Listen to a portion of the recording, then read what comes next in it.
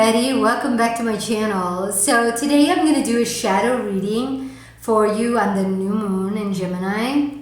And the new moon is occurring at 24 degrees. And it's definitely going to be an eye-opener. One thing I just want to mention about the Gemini new moon, guys, is your Mercury is learning that your body, when it wants to talk to you, will talk through sensations, sicknesses. If you have, like, say, intuition, right? You might say, like me, it talks through, like, sicknesses, discomforts. If I'm going against, like, my true joys, my body will show me through some kind of discomfort. Like yesterday, I ended up getting, diarrhea. And it was because the ex-boyfriend keeps trying to come back. And part of me is afraid to tell him no. And even though I don't want to be with him, like, I will allow him to apologize or whatever, but inside me, that my body is going, no, we don't even share the same values, let alone the way we are with him. It's not comfortable. He scares the crap out of us. And so yesterday, when I couldn't say no to him, I got the craps. And I asked Holy Spirit, and it was so funny because I was only able to dissect it when I went and talked to Holy Spirit. But I had to get away from the guy, right? So, like, he's kind of following me around all day, not letting me talk to Holy Spirit. So I finally get the opportunity because he gets really, really tired. He gets really, really drained. And so he goes back and into my tent and falls asleep. And so I leave and I go to McDonald's. And I started talking to Holy Spirit. And I asked Holy Spirit, I'm like, why am I always attracting guys who are always tired, don't want to do anything? And he goes, Eva, he's trying to drain you. But you actually set up a boundary. And so now he got drained. And Holy Spirit finally said, your Venus has been trying to tell you since day one that you guys don't have the same values. And your Mars has been trying to tell you it's uncomfortable. Since your Gemini Mercury and Virgo Mercury is your 3D self, in order to listen to Venus and Mars, you got to say, hey, I'm feeling uncomfortable. We definitely don't have the same values. We need to process why we're still hanging on to him. What is the fear that my Mercury has that won't allow me to break it off? What is holding on to him? And I found out it was rejection. My fear of rejection, but there's a glitch. My Mercury thought my father was rejecting me. My family is rejecting me. But no, I'm the one who rejects them because they don't have the same value as me. But as a child, I couldn't make a move. I felt stuck. I was dependent on them to take care of me. But then as soon as I moved out with the idea that I needed to be taken care of. I needed to find a guy who was going to take care of me because I'm the woman. And even though, yes, that's true, and it's not so much the guy takes care of you because you take care of yourself, but in a way, like as a relationship, you're looking for a masculine energy rather than, feminine, because you're the feminine. You're supposed to be dominant and you're feminine. But I keep attracting emasculated men because I'm in survival mode. And the reason being is because growing up as a child, being rejected, not realizing, okay, so this is where Black Man Lilith comes in, guys, is I'm the one who rejected my father first. because he did me wrong. Okay, so he violated me. When my father hit me for speaking the truth, but he didn't hit me for speaking the truth. That's how I perceived it. My Mercury perceived it. That, oh, I got hit for speaking truth. No, I got hit because my father feared that I was going to become a thief. Do you see how that's his problem, not mine? But he put it on me through a slap. Then he walked out of the room while I'm crying, which made me feel rejected. Oh wow, I spoke truth, I'm crying, I'm rejected. So now instead of realizing, I actually rejected my father. My Venus rejected my father. My Venus was like, yo, he did you wrong, that's injustice. My Mars was like, ow, we're in pain, he hurt us. That's part of sadness, okay? But the problem is that the shadow of rejection. Okay, guys, that's a shadow. So this is where, let me show you in the emotions wheel. In the emotions wheel, that's why there's 3. You notice how this is in a different color. These two are the same, but this is a different color. The reason being is because these are shadows. These are feelings. One is your Venus, one is your Mars. Okay, and meanwhile, the shadow that happened, I'm going to say rejected, excluded, and fearful. Okay, when Venus and Mars inside your body, okay, your Mercury, let's say your Mercury, your Venus and Mars know what's going on. Your Mercury doesn't. Your Mercury's afraid, and who knows, maybe this is actually body Mercury and mind Mercury. Okay, that's why it's important to process feelings with Holy Spirit, because it's not to say you have to know whether it's Mercury or Mars or whatever. No, that's just energy. But the shadow is twisted. That's why when I do shadow reading, guys, and I explain to you what they're blocking, okay, that's because just like me, the rejection, there's excluded, persecuted, rejected, and fearful. These are the 4 words that tie to that shadow. Okay, well, I remember being excluded and persecuted is what I felt as a kid. I wasn't really stealing, I just didn't know what to do with people who I hang out with who do that. You can't blame a child for not knowing to leave the situation. And even so, even if I knew to leave the situation, I didn't know how to say no without feeling weak. Okay, as a woman, there's weak, worthless, insignificant, fearful. It's all tied to that fearful, energetic. And, you know, little Johnny saying, no, just stay here and tell me when someone's coming. Well, I wanted to leave. I remember turning my back.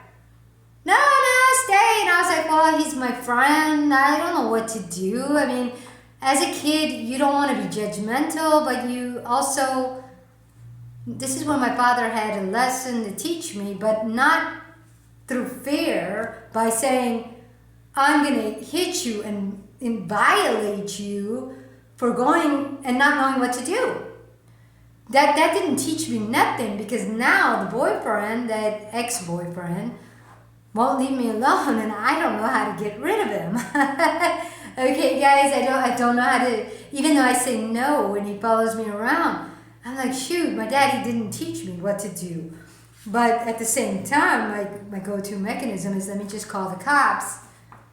Saturn will take care of it.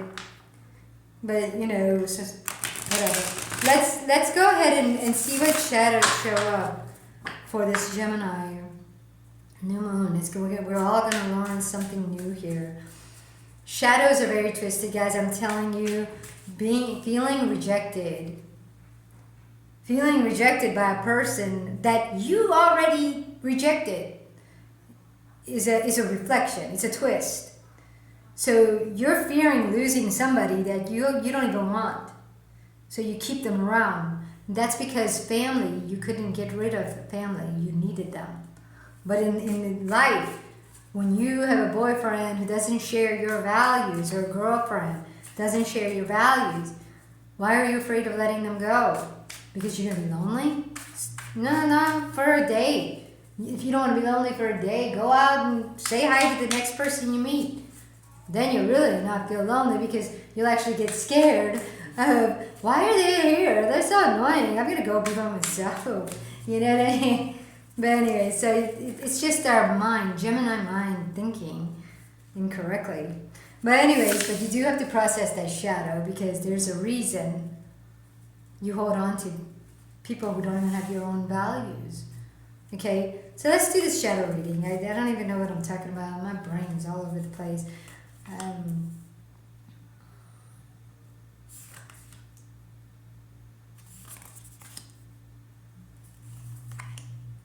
I feel like all the spirits are stirring, like all the negative spirits that I picked up are trying to confuse me right now. But that's because tomorrow's new moon, the MC is at 22 degrees.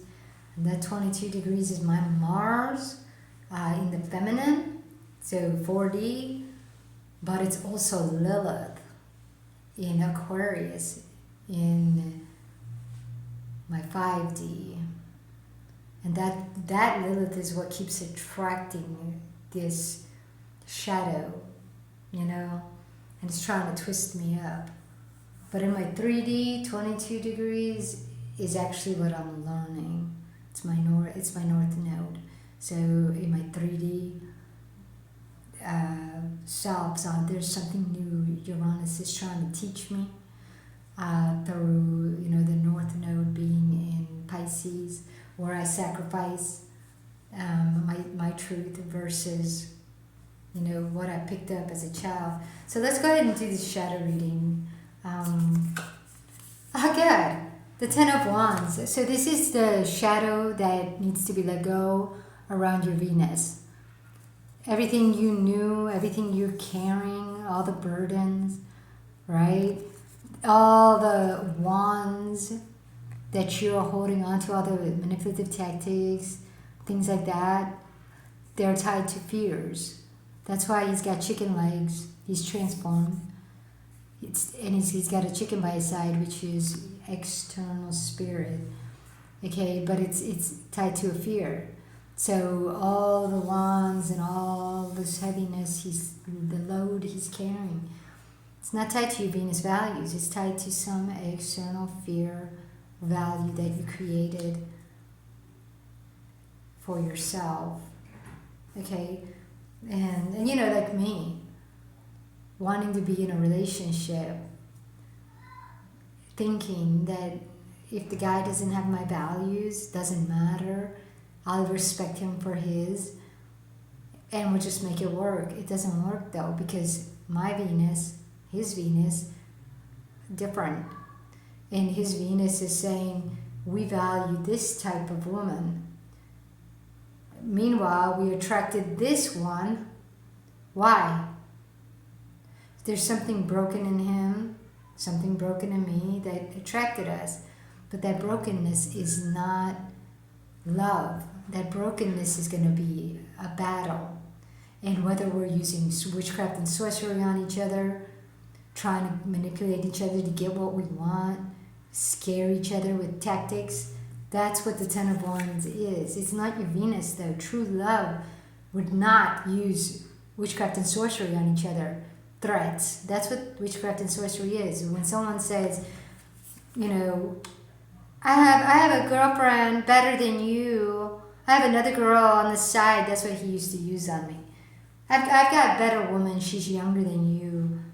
I don't need you. And he would use that to scare me back. And when I didn't come back, he would say, oh, I'm just kidding. Come back. And I'm like, you don't kid about things like that. That's bullshit. So that was the Ten of Wands that we were trying to make the relationship work with. It didn't work. The fear that keeps it going is the Knight of Wands. Some external spirit that we're walking with, using to avoid our feelings, though, our true feelings. That's why we're avoiding grounding into our truth. And so the fear is touching ground, touching base with our truth, your true feelings, processing them. Getting back in touch with your Venus is your fear. So you decided to latch on to an external spirit using that fear, and now you've made that your value.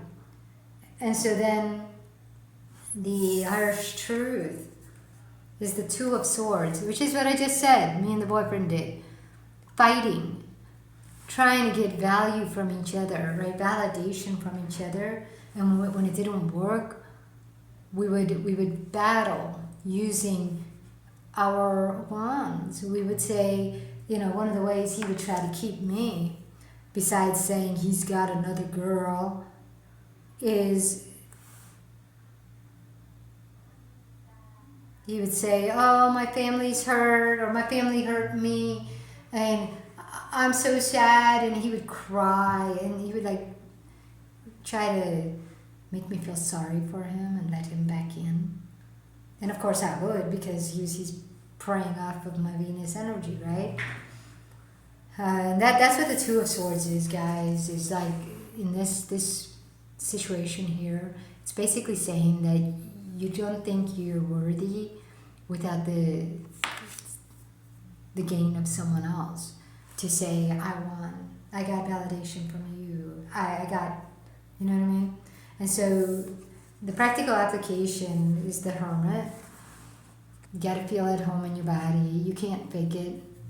You have to realize where you're not listening to your body, where you want to say you feel comfortable, but the minute you get sick, you don't want to process that.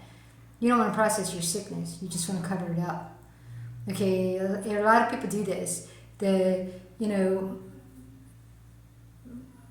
don't want to talk about my family, but at the same time, if your kid has a sickness, okay, and it wasn't sick when it was born, but all of a sudden that sickness shows up in your child, and you deny that you had anything to do with that, your energy, miscommunicating with their energy, causes some shutdown in the child. But now if you push your child to ignore his situation, and you don't want to say, well, you got to fix your situation. No, you got to love your situation. You got to say, something happened to me and I need to love myself. I need to feel at home in my body again. Not just keep running and pushing. That's why, when we start sending kids to school, this is a problem. Because it's almost like saying, you shouldn't have time to deal with you and learning and growing up. You need to start learning about all this external bullshit that doesn't even matter. Who was the first president of the United States? George Washington. And why was he so important? Who the freak cares? Why is that so important for our children to know? That's pride. United States saying, I need you to know who the first president. Who cares? I don't even know who the president is now, except for the fact that it's all over social media. Oh, Trump is causing war in other countries rather than helping his own. What are we doing, guys? We need a wake-up call. People are saying war. You need to have war to have peace. Are you kidding me? What is this? He's going over there causing war so that they can have a peace treaty. What is wrong with this country? Ace of Swords is the relationship that needs healing. Thinking that all I gotta do is prove and multiply all my battles and win them in order to say, I'm number one. No, you need to stop fighting yourself. Stop fighting other people. Stop fighting yourself. Listen to your body. Go back to the truth of who you are, your true values. If you're fighting and have rage and all this other stuff, it's because you're fighting yourself. Let me show you. Let me tell you guys a story about how that showed up for me. So the other day, the ex-boyfriend followed me back into my 40 realm, and I get mad at him for not taking me to eat. That's my responsibility. And, you know, why was I waiting for him to eat? That's where I have my glitch, the Ace of Swords. Is I believe that when I'm with an external person, they're in charge. No. But it's not to say that I'm in charge of me. I'm not in charge of our relationship. Yes, he's the man, he's supposed to lead. But not lead like, baby, you can eat when I tell you. No, I eat when I'm hungry. That's me listening to my Venus value. If his Venus doesn't want to eat, that's on him. But if he tries to stop me from eating, that's where I need to listen to my Venus and say, whoa, we have different values. You're getting mad at me for wanting to eat because I'm hungry? I picked that up when I was a kid. I picked it up that I had to ask my mom for food. But as a kid, you don't have a choice. As an adult, you do. So the shadow there is weakness. Fear that you're insignificant, worthless, you're weak. And you make an external Venus more important than you. And this is where my stomach, I ended up getting diarrhea because I got rage, man. I don't know where it came from inside me, but when he said, he got mad at me for wanting to go eat because he didn't want to. He wanted to go catch the bus. And I was like, well, I want to eat first. I have no energy. And so I was like walking and he was like, no. And I was like, then you stay here. But I got so mad. It was like, but I was shaking. I was hangry. And I just left him with my book bag, but I took my wallet. And I was like, I'm going to eat. I don't care what you do. You can sit here and do whatever you want, because he was holding on to my backpack. And I was like, give me my backpack. You know, he wouldn't give it. And so I got mad, and I was like, arr! And I just like started yelling at him. But then I was like out of my feminine. I was out of my feminine energy. And so that's what caused the Uranus to give me diarrhea, right? Like to warn me that I'm running off again on the survival mode, thinking I have to battle my partner. That's not a relationship, you know. When women, yes, a man leads. If I'm hungry and I say, hey, I'm hungry, I'm gonna go eat, my man should be like, oh, baby, you're hungry. Why didn't you say something? Let's go eat. Okay, I'll wait for you. That's a leader. But no, this guy was like, I want to catch the bus. We're going to the bus. Let's go. And he took my backpack. I'm like, no, I'm hungry. I'm going to eat. And so we're fighting.